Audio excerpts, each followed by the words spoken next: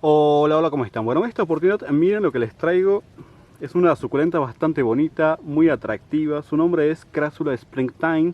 Es una suculenta de muy fáciles cuidados, así que vamos a hablar sobre sus cuidados. Respecto a su ubicación, bueno, es una planta para cultivar con sol de la mañana y con luz filtrada. Es una planta que no se lleva muy bien con el calor. Las temperaturas altas hay que evitarlas. Por ejemplo, vieron que por las tardes siempre la temperatura es muy alta, es muy elevada, el sol es muy fuerte. Entonces se debe evitar esa exposición al sol para que la planta no se les vaya a quemar. Por ejemplo, aquí en verano que las temperaturas máximas llegan a 37 grados, esta planta se me llegó a quemar el año pasado con 37 grados, se me empezó a poner amarilla y se pone también un poco marrón. Bueno, eso es indicativo de que la planta se está quemando por una exposición al sol muy fuerte. Luego es una planta que es para cultivar en macetas. Mayormente se las cultiva en macetas, yo las tengo cultivando en un bols. Este es un bols número 18.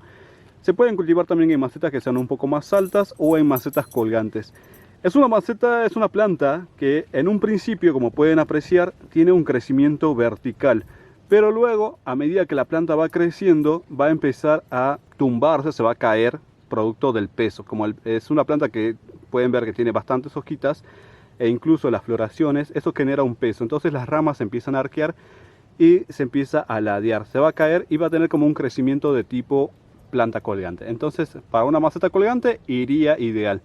Luego, si es una planta que es chiquitita, como es el caso de la que aún tenemos aquí, aún tiene ese crecimiento vertical, o sea, hacia arriba.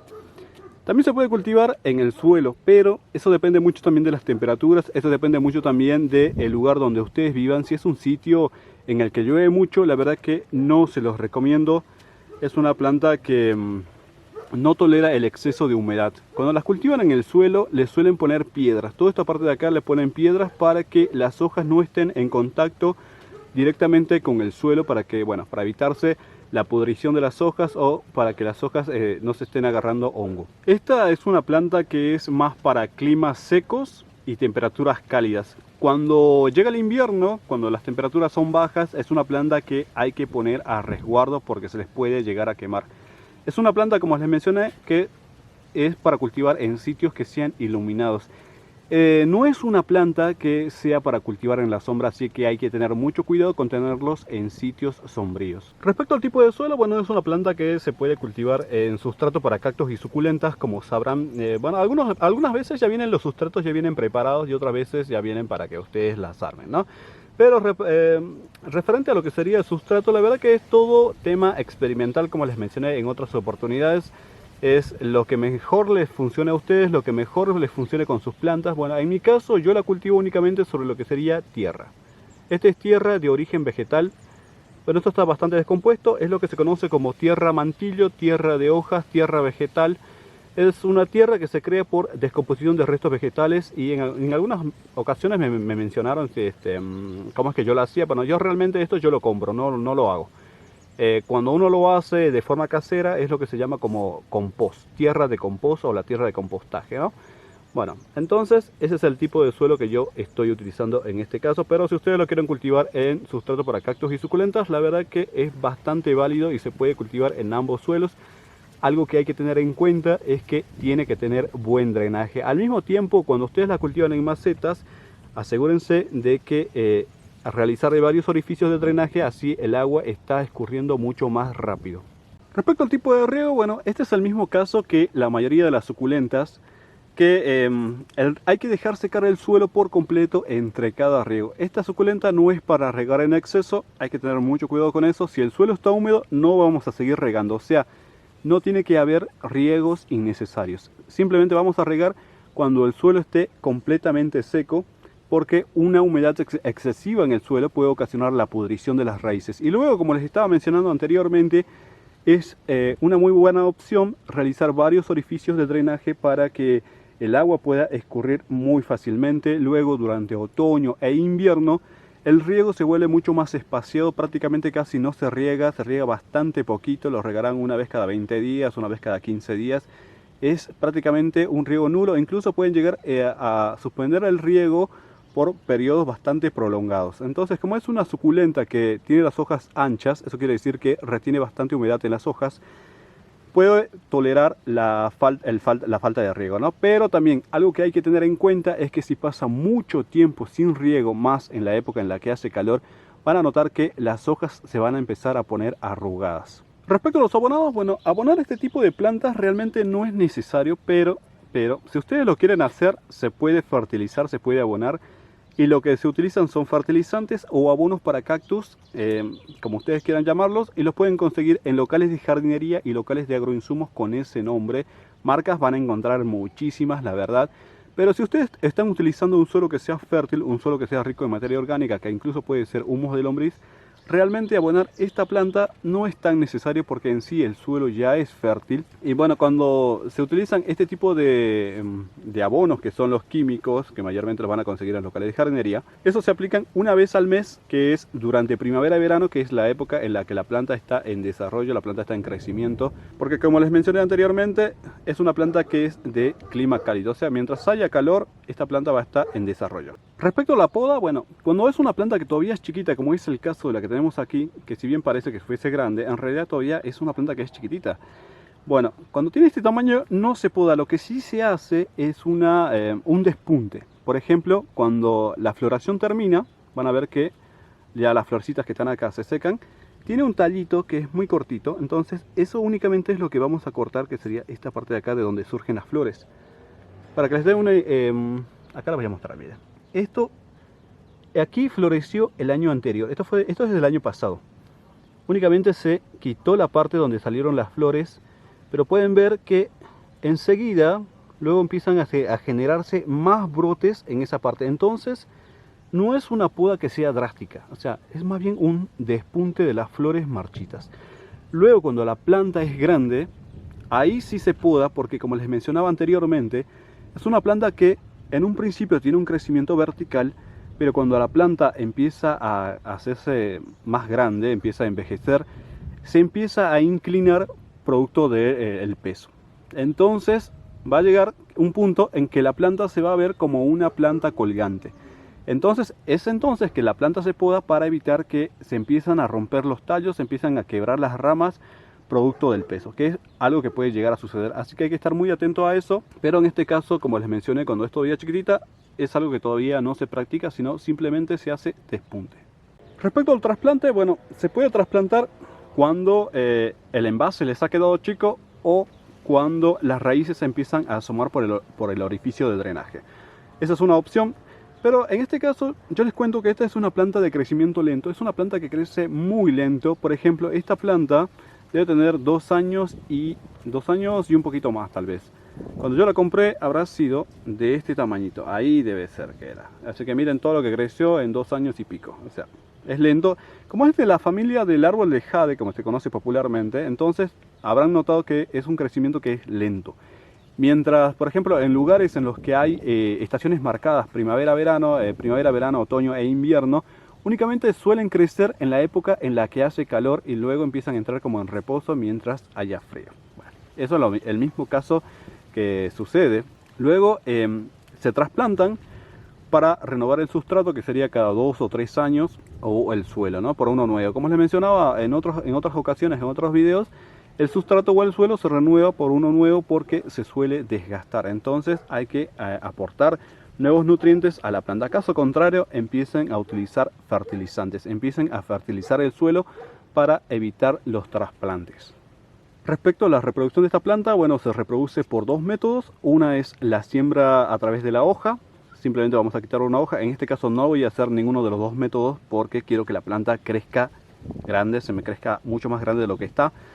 Bueno, entonces se quita la hojita y se posa sobre tierra o sustrato húmedo. Entonces, solo que queda esperar, porque uno no sabe qué es lo que va a suceder primero. Como les mencioné en otras oportunidades, puede sacar el brote, o puede sacar primero la raíz, luego el brote, o simplemente no puede suceder nada. Entonces siempre es bueno plantar más de una hoja. Luego el segundo método es la reproducción a través del esquejado. El esquejado sería un gajito. Sacamos un gajo y lo plantamos, o si ustedes quieren lo pueden dejar cicatrizar, por ejemplo 1 o 2 días que esté cicatrizado y recién lo van a plantar. Bueno, esos son los dos tipos de reproducción que tiene, pero entre uno y otro, yo les recomendaría, si lo van a hacer, háganlo a través del esquejado, porque es una forma de reproducir mucho más fácil que hacerlos por hoja, como les mencionaba anteriormente. Es una planta que crece lento. Si es una planta que crece lento, imagínense lo que va a demorar cuando empiece a surgir a través de una hoja. O sea, va a tomarse su tiempo. Así que, para los que sean impacientes, gajito, chicos. Respecto a las plagas y enfermedades, bueno, esta es una planta que suele ser bastante resistente a lo que serían plagas y enfermedades, pero no la vuelve inmune. Es una planta que puede tener problemas con cochinilla algodonosa. La cochinilla algodonosa, la verdad que es un problema bastante recurrente en lo que serían las plantas, bueno, mayormente en todo tipo de plantas, y en suculentas mayormente cuando tienen este tipo de crecimiento, que son así muy cerraditas y encuentran algún recoveco, se empiezan a esconder y empiezan a formar y empiezan a causar daño, ¿verdad? Entonces tiene ese tipo de problema, y luego puede llegar a tener el mismo problema que la mayoría de las suculentas. Por ejemplo, caracoles y babosas. Caracoles y babosas tienen cierta atracción por las plantas que tienen este tipo de hojas gorditas, suculentas, como bien dice la palabra. ¿Y qué es lo que hacen? Bueno, se las comen. Para eso es bueno utilizar de forma preventiva y vía foliar, o sea, pulverizado en las hojas, un insecticida, ya sea químico u orgánico. Los insecticidas los pueden conseguir en locales de jardinería o locales de agroinsumos bajo ese nombre, insecticida. La verdad que marcas hay muchas, por eso yo nunca menciono ninguna.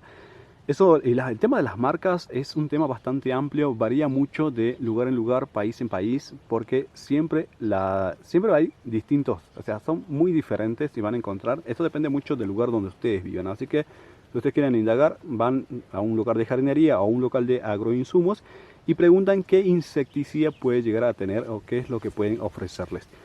Luego, es una planta que tiene cierto problema con los hongos foliares, mayormente la roya, que suele causar algunas manchas como anaranjadas, y luego van a ver que como que se seca y les queda, visualmente no queda muy bien. Entonces, a modo preventivo, se puede aplicar también un fungicida. Tanto los fungicidas como los insecticidas se usan también a modo preventivo. Modo preventivo lo aplicamos 1 o 2 veces al mes.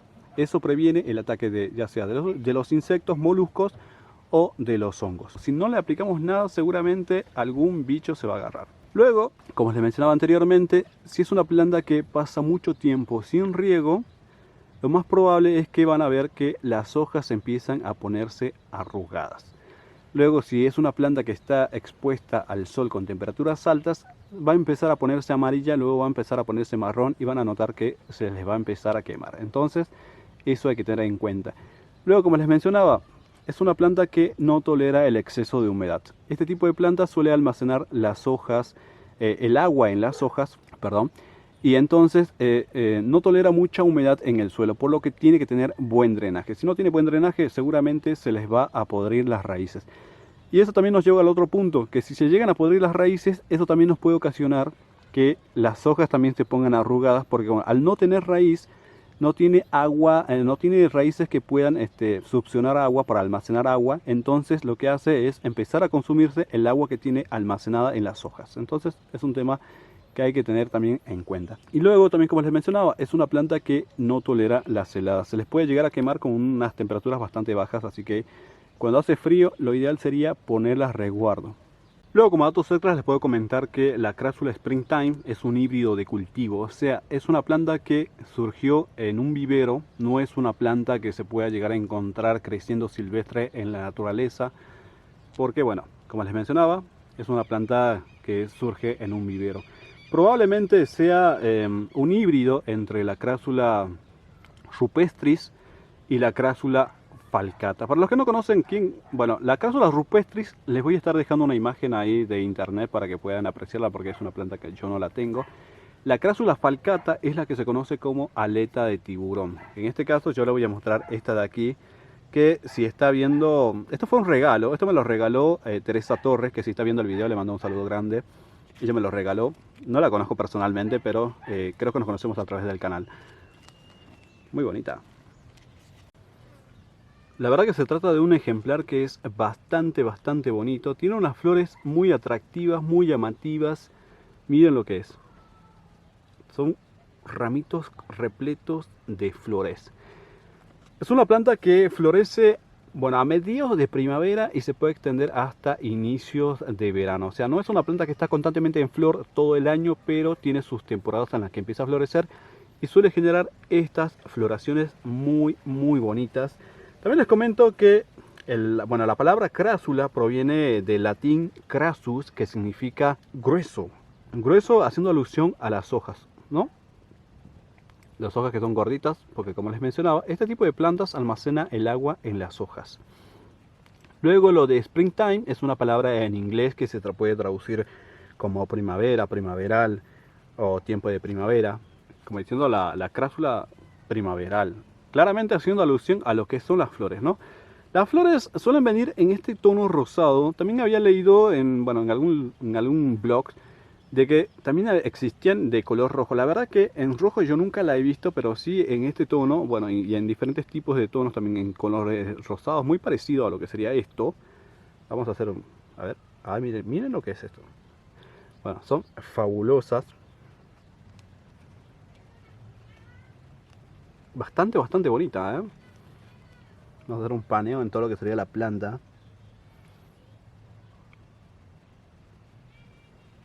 Muy bonita. Bueno, espero que les haya gustado, espero que lo hayan disfrutado tanto como yo. La verdad que este tipo de plantas me parece una verdadera exquisitez, me parece fabulosa. Desde la primera vez que la vi, me acuerdo la primera vez que vi una fue en la casa de una coleccionista y tenía una planta pero increíble y bueno, pero no tenía hijitos. Y esta plantita la conseguí, como les mencionaba, era así una cosita chiquitita como de unos 5 centímetros, una cosa así. La verdad que era una planta bastante pequeñita. Y bueno, y ahora aquí está. Desde el año pasado empezó a florecer y este año también volvió a florecer. Este año está floreciendo mucho más que el año anterior. Ya tengo como 2 años y medio aproximadamente. Así que desde que empieza a florecer seguramente siempre va a florecer. Espero que les haya gustado, espero que lo hayan disfrutado tanto como yo. Recuerden que tenemos un grupo de Facebook que se llama Locos y Amantes por las Plantas / El Rincón de Toshio. También tenemos una página en la misma red social que se llama El Rincón de Toshio. Si te gustó, dale like, compártelo, puedes suscribirte y nos vemos en un próximo video. Chau, chau.